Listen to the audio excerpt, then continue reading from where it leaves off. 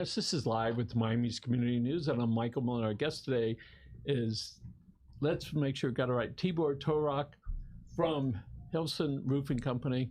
So welcome, and thank you for being here.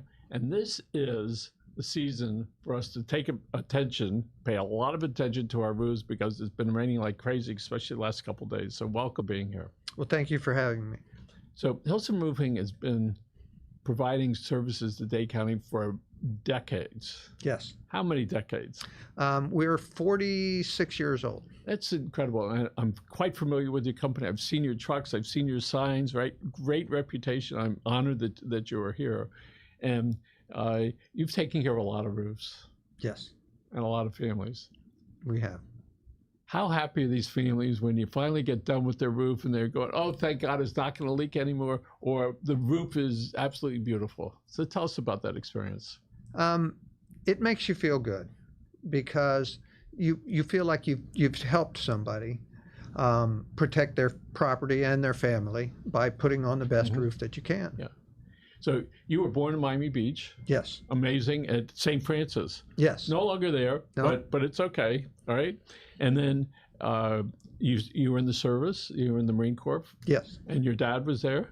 My father was in the Marine Corps for 27 years. And I was in the Marine Corps for 8. And what's coming up? My grandson is in the Marine Corps right now in Camp Lejeune, North Carolina. That's wonderful. What a great legacy to be able to say that. I'm sure that he is as proud to do that as you are of him. So let's talk about how you wound up getting into the roofing and taking care of family business. I had an aunt and uncle that had a roofing company in Medley, Florida. I was going to college on my GI Bill in Texas, and my aunt got sick. They needed some help. And so I agreed to come and fill in. And learn the business. And the rest is history. Basically. So, and lots of times, when it rains like crazy, people, they see a little leak in their roof, and I don't know how you can ignore it, but some people do. And let's just say it's a money issue, all right? And they just can't take care of it now. What is it they can realistically do, and for how long will that work? Depends upon why it's leaking. I mean, you can drive around town now and you'll see the blue tarps and the white tarps and the orange tarps that people have put up there and weighted down just to buy themselves some time. Yeah. And so in Miami-Dade County, it does rain a lot. We do have a lot of storms, right? And there's many different types of roofs. Some are shingle roofs, some are barrel roofs, some are metal roofs. And metal roofs, it seems to be the last 10 or 15 years, they've become a little bit more popular. Yes, they are. And as far as pricing, so people can try to understand, the difference between a shingle roof, more or less, and a barrel, they still make those, the orange barrel? They make both barrel tile and flat tile. And flat tile. And then the metal roof. Metal roof is the most expensive one? Yes. And then the single shingles are the least expensive. And there are a lot of people that have shingles without any problem, especially if they're outhouses, if you will.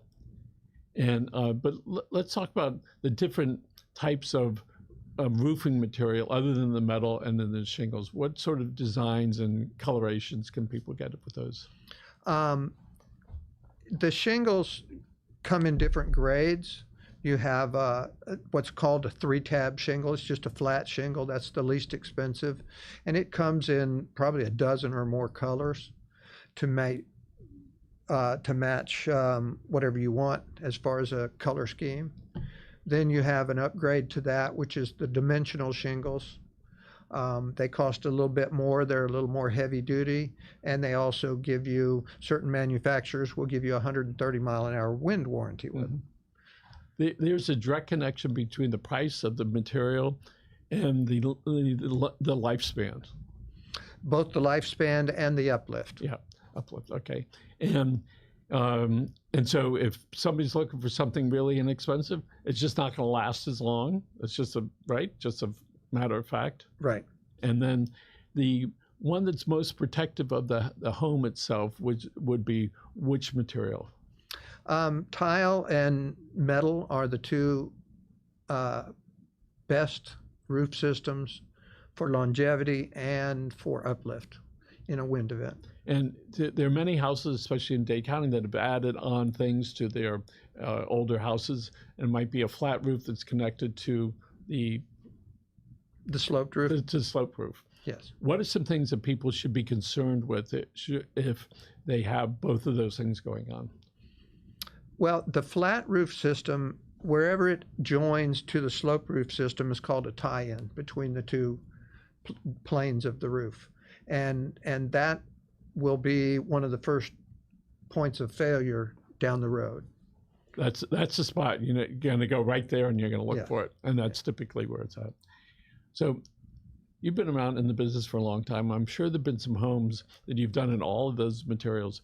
Are there some particular projects you've done, whether they've been historic or maybe some really neat houses or some commercial buildings that you're particularly proud of? Well, over the years, yes, we did the Barnacle here. It's probably been 30 years or so with the original type of tile, a Ludowici clay French bar tile is what it's called. And that one was very interesting and fun to do. So if somebody wants a particular tile, you have to go find it, or do you say, here are the 10 tiles, or do they say, we want this special thing? And custom ordered, do you do that for people? Yes, we certainly do. And what's the time frame typically, if you don't have it, if the local guy doesn't have it in stock? Typically, how long might that take? It depends on what they want. It could be anywhere from, say, 6 to 8 weeks out to 6 to 8 months. Yeah. So keep that in mind, guys. All right. Let's talk about maintenance. Most people, myself included, maintenance of the roof is non-existent. Right. I suppose most people are like that, right? Yes. And they 90%. pay attention when the water comes in. We got a leak. So what should a homeowner do to maintain his roof? If he can see it, he should at least do a visual inspection and make sure there's no debris up there, that there's no, he doesn't see anything that's misaligned or something that doesn't look right. And if he does, then he should call a roofing contractor to come out and check it out. Okay, and let's talk about keeping roofs, all three types, if you will, the clean, each of those. What is it they should do to keep that clean, especially metal? If you have a light metal, you look at it and you go, oh my goodness, there's these black streaks on it, right? From, I guess it's algae? It is. The pollen lands on the roof and then the mold grows around the pollen and we get these streaks from black, green, yellow. And what should people do? And then they look at it and they go, oh my goodness, look at it. Because it's sort of a gradual thing. Then all of a sudden one day you wake up and you go, it's like a third black. They can pressure clean it. I don't recommend most chemicals. You don't want to use bleach on metal because it'll corrode it. But just pressure clean it with water. And as far as, do some people paint their metal roofs? They can be painted. And is that effective in protection and lasting? Most of the metal roofs today come with a pre-finish on them, whether it's zinc oxide or galvalume, they call it, which is aluminum oxide, or a coating of paint. And those coatings will last probably 20 plus years. Oh, perfect. All right. All right. So let's move along. If somebody has if their metal roof, part of it breaks in the middle, you're able to go and replace that piece. Is that correct? How You does that can. work? You can. And it's some roofs are easier than others. It depends on how it's put together. And then I see more and more solar equipment on roofs. Yes. Explain to me how that works as far as maintenance and as far as a storm. How does that work? Isn't that thing going to blow away? The code continues to evolve. We used to put the solar directly on the deck, or if you had a metal roof, you had a clip and you put it on the seam of the metal roof. And we found that those fail during high wind events. So the engineers now have come up with different brackets and braces that will go underneath the roof deck, underneath the truss, and then come through, and you attach to that. And the problem with that is, of course, now we have 2 penetrations through the roof that we have to worry about keeping sealed. Yeah, a long time ago, we used to have a window, a glass thing. Mm-hmm. The skylights. Yeah, it was beautiful for a day. So we understand about holes in roofs where that can be damaging, but some folks think that if they have a leak in their living room, that the leak is therefore right above the living room, but that's not necessarily the case. On a flat roof, normally it is. On a sloped roof, it could run down from somewhere. Yeah. Okay, new subject. I understand the state has some programs, the My Florida Safe Home program. Can you explain that to us? That is a program that the legislature came up with a couple of years ago to help people harden their homes for wind mitigation. And it includes, there are grants for windows, doors, and roofing, and tying the structure together, the roof to the tie beams. And that helps in case of a big storm, to where it's going to be harder for that thing to blow off. Yes. Because if it does, sayonara. Exactly. You got big problems. Right. So they can contact the state, or could they contact you to find more about it? They have to go and apply to the state. Okay. They can pick whatever contractor they want. They can get as many estimates as they want. And the criteria, the state either accepts them or not. The contractors have nothing to do with it. You're the contractor. They can select you to do it, and this is how it's going to get paid. Right. Got that. Okay. So what is it that Hilson offers to South Floridians that you're particularly proud of? What I'm proud of is the fact that we put on some of the best roofs that can be put on. All right. And we stand behind them.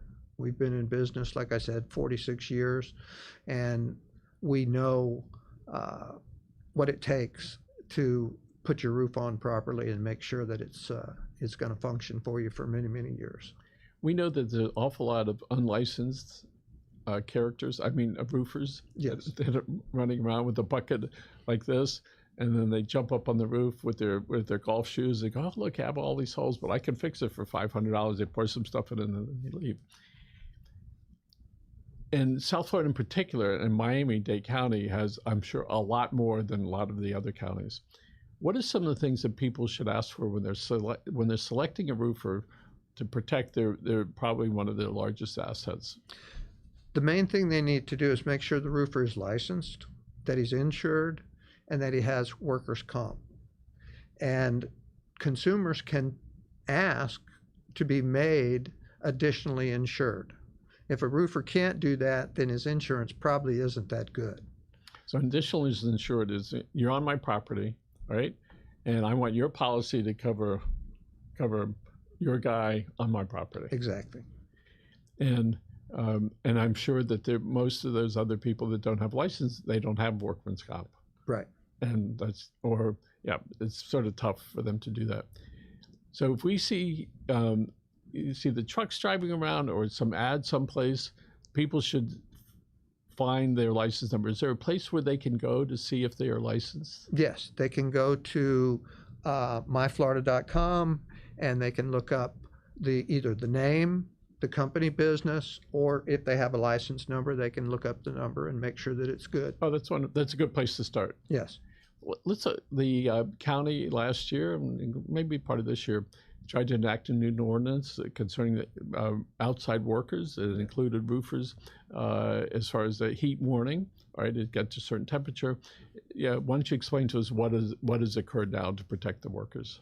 What has happened is OSHA has come out with a ruling, and it just happened here this last spring, on how to deal with workers that are exposed to the elements. And basically what it says is every couple of hours they have to have a break. They have to have some shade. They have to have some hydration. And we provide that for them. and it's important, and if for us folks that don't like to be out in the sun anymore, for you to have an empathetic view of these guys that are up there all day long, hauling that stuff around, very strenuous. Dehydration can occur in a couple of hours. Oh, sure. Yeah, and so I'm glad some agency stepped in to remind the bosses, hey, we have to make sure these guys are taken care of. So let's talk about the material that's used for a roof. Sometimes I see machines that are putting it up there, and sometimes I see these guys carrying that up there. Right.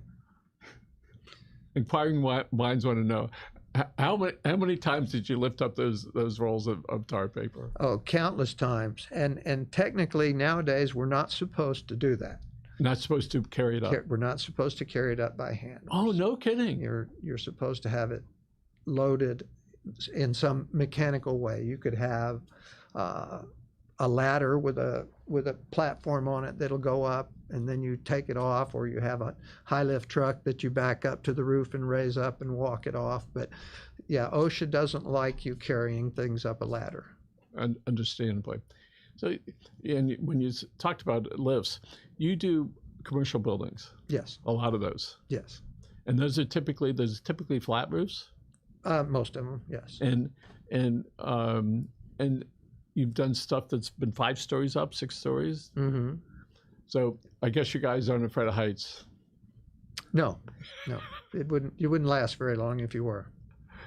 So let's talk about the heat, the temperature of that tar when they put it up on the roof. How hot is that?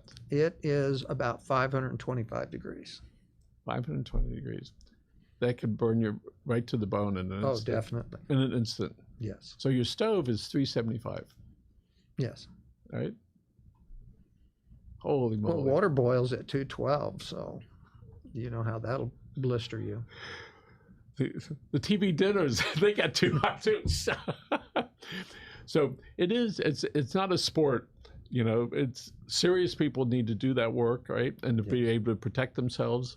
And in South Florida, tell us about the labor pool, so you can make sure that you hire the right people and to be on people's roofs. How do you find people to do that? That's getting tougher and tougher because nobody wants to work outside in the heat, and we're not training the youth for the trades like we used to do. Years ago, when you and I were younger, the unions had the best training programs around. Yeah. And if you came through a union training program, you, as a journeyman, you knew your craft and you were good at it. That's kind of gone by the wayside. Unions, there aren't any roofing unions in Miami-Dade that I'm aware of. I think the closest one is Orlando. So there can be plenty of challenges ahead to make sure you wind up with qualified people that can. Yes, we're trying to come up with training programs, and we teach our people. Like today is a bad weather day because we have a storm out there, so they'll be doing some training in the warehouse. Good. Let's talk about insurance companies and roofs. As I explained to you earlier, a couple of years ago, when I went to renew the policy, the insurance company came out and they said, this particular part of your roof only has 3 years left, and we will not insure that. We'll insure the rest, not that. Then as I'm taking a look at it, it was the whole roof. Right. And so I asked, well, let's talk about subsequent damage because of the part that you're not insuring. Am I going to be covered for that when the water goes through? I don't know what the answer was, but we wound up replacing that part of it. But the rules are changed now. So tell us about what the state did. Okay. The state came out and said that the insurance companies were almost bullying people into replacing their roofs, you know, or they wouldn't renew the policy. So you may have a roof that was 10 or 12 years old, 15 years old, that maybe had another 10 years of life left in it, and they were saying, no, replace it. So the state legislature came out and said that a licensed contractor, either a general contractor, a roofing contractor, or a licensed home inspector, can inspect your roof, and if he certifies that it has 5 or more years, then the insurance company has to accept that. Okay. Let's talk about metal roofs lifespan. And in today's environment, More or less, what's the lifespan of a metal roof? The manufacturers will give you between 20 and 30 years, depending on what the finish is on the metal and what you're putting on. But there are metal roofs down in Key West that, as long as you don't let them corrode, that were done back in the 40s and 50s. So, yeah, I noticed that the insurance agent put down the expected lifespan of the metal roof. He was way off. He made it so short. All right, yeah. It was just like, what? That's a lot of money to do that. Sure. So, and they do it for whatever their particular reasons are. But I'm glad the citizens spoke up. They got the state to change that part, tell us it's okay, and we'll be able to do that. So right now there's a storm that's going on. The poor folks up, my heart goes out to them up in the Big Bend, Tallahassee area. Yes. It's going to be a lot of devastation. There are going to be builders from all over the country that are going to be going there in a week or two or five to do whatever. And what does that mean to you and your business, if anything? Well, we aren't storm chasers, so we won't go up there. But what will happen to the community up there is contractors will come from all around the nation, and they'll get their roofs done, and then those contractors will leave, and the local contractors will have no work left because all of the roofs that would have been cyclically replaced in the next, say, 3 to 5 years, they're the ones that failed. So they're done, and now So they're going to have a short window. I will say that the contractors, the prudent ones, can make a pretty good living fixing the problems that these guys from out of town came in and threw it on there and then left. If they leave, they don't have to guarantee anything. Exactly. And they can be using cheaper products. We understand that when stuff gets inspected during a crisis like that, sometimes inspectors blink a little bit because they have so many, to do. So Hurricane Andrew, which you, I'm sure, experienced, yes, caused a lot of changes in home construction and commercial construction. What were some of the good things that came out of that as far as for the roofing field? Well, one of the things that Hurricane Andrew started the ball rolling was we wound up with a state building code. Instead of having each county having its own code, now we had, in 2001, this legislature adopted a single code. And every 3 years, that code gets reviewed and updated and then presented to the legislature to accept again. So that came out of Hurricane Andrew? Yes. Could we put the his website up? Thank you, Danny. So there might be some other changes that we know what happened because on Surfside. What happened? There were some changes over there. More of the it used to be a 40-year inspection, then a 10-year renewal. If I remember right, it's now been changed to a 30-year inspection. Yes, and in some places 25. In some places 20. Is that some places because it's closer to the water? The state has said that 30 is the maximum, but municipalities can require. Oh, no kidding. Can lessen that time frame. Well, it must be a field day for all the engineers, right? Oh, it is. So, if there was a particular building in South Florida that if the owner called you up and said, "We want you to do this building," and it would make you so happy that they called you, who might that be? A particular building that would make us so happy. Well, I'd have to think on that for a second. There's a lot of them that we've done over the years that we're real proud of.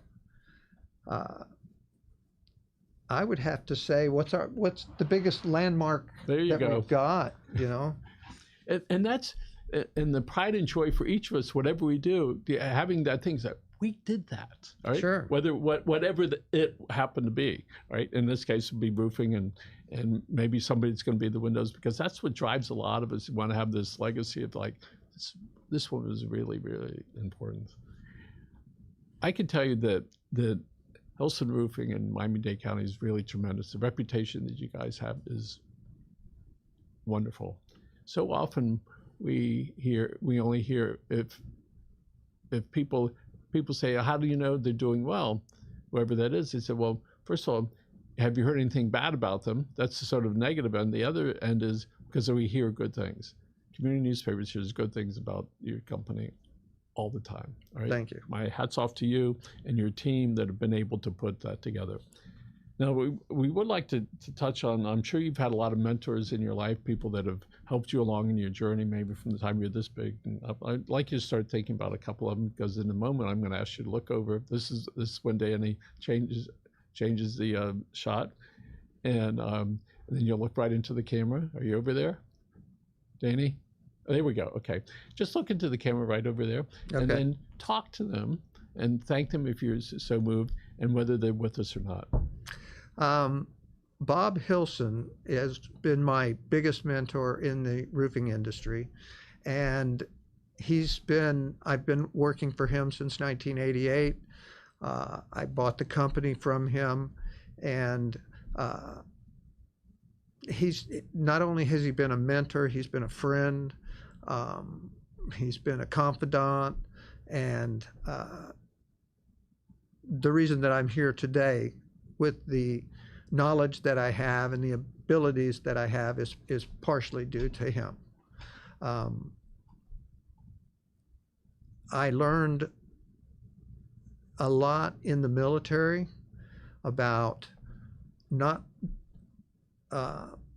necessarily fighting, but how to solve problems. When somebody tells you to go take that hill, you don't look at them and say, well, we can't do that because I don't have this or I don't have that. You have to take the hill or somebody pays the price. So that's helped me in business. I hate for somebody to come in here and say, we can't do that. We can't do that. Why can't you do that? Well, this or that. Well, how can we do it? That's what I want to know. Wonderful. Tibor, thank you very much for being here. It's a privilege and an honor, and my continued success wishes for you and your family in the business. Thank you. And let me be the first one to wish you a happy holidays. Here we are, all October 1st, and before we know it, it's going to be Halloween, Thanksgiving, Christmas, Yes. and then the New Year. Again, folks, thank you for joining us, and remember, take care of yourselves and your family. Have a good day.